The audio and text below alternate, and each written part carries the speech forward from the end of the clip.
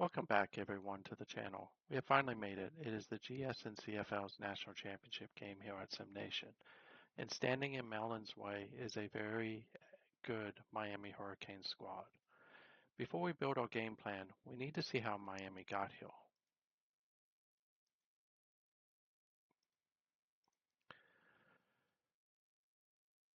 Let's look at the playoff tape against Alabama. Miami poured off a 31-24 overtime thriller, and looking at this box score, a few things jump out immediately. First off, their passing attack is beyond compare. Quarterback Eric Alvarez threw for 347 yards, but more importantly, you must absolutely game plan for wide receiver James Rapp. Look at this line. 4 receptions for 126 yards and a touchdown. He is Alvarez's safety blanket. Defensively, Miami bent but didn't break against Bama, holding them to just 318 total yards and shutting down the run game completely. So how do we attack them? Let's dive into their playbook analytics.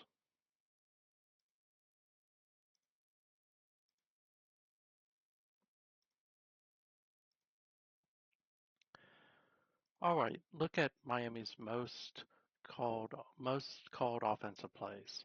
If you aren't prepared to defend the run pass option, you're going to lose this game, period. The top 4 most called plays are all RPOs out of the shotgun or pistol. They love the pistol RPO read bubble and the RPO lookie out of the 4 wide receiver sets. They run these constantly, but here is the scary part.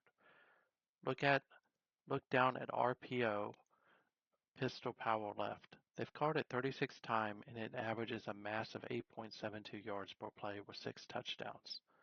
To stop this, we can't just sit back in a base zone. We need to play aggressive assignment sound football. In order to do this, we need to set our defensive game plan to key in on the short passing game. Then, we need to run man coverage with safety help. If they are throwing bubble screens and quick lookie routes, getting our corners up in press man to disrupt the timing is critical. You should bracket either Rapp or Martell. Force Alvarez to beat us with his secondary targets. Now let's flip the script. How do we score on Miami's defense? Let's check their defensive tendencies. Miami is primarily a 4-3 defense, and their favorite play by far is 4-3 base cover 2. They've called it 55 times, and it is highly effective, holding teams to just 3.33 yards per play. They are trying to keep everything in front of them. But here's the gold nugget. Look at their second most called play.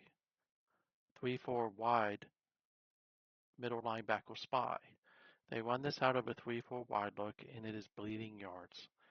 They give up an average of 8.5 yards per play and have surrendered 5 touchdowns on this specific play call. They use it a lot, probably to contain scrambling quarterbacks, but the coverage behind it is soft. So here's what our offensive game plan should look like.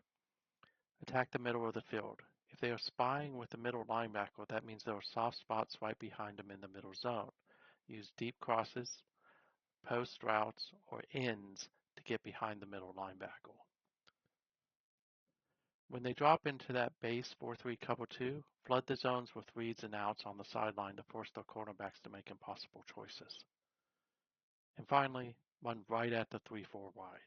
If they spread their defensive line out wide to spy, run inside. Dive slams straight down the middle. Miami is a championship caliber team, but they are predictable, just like most CPU teams are.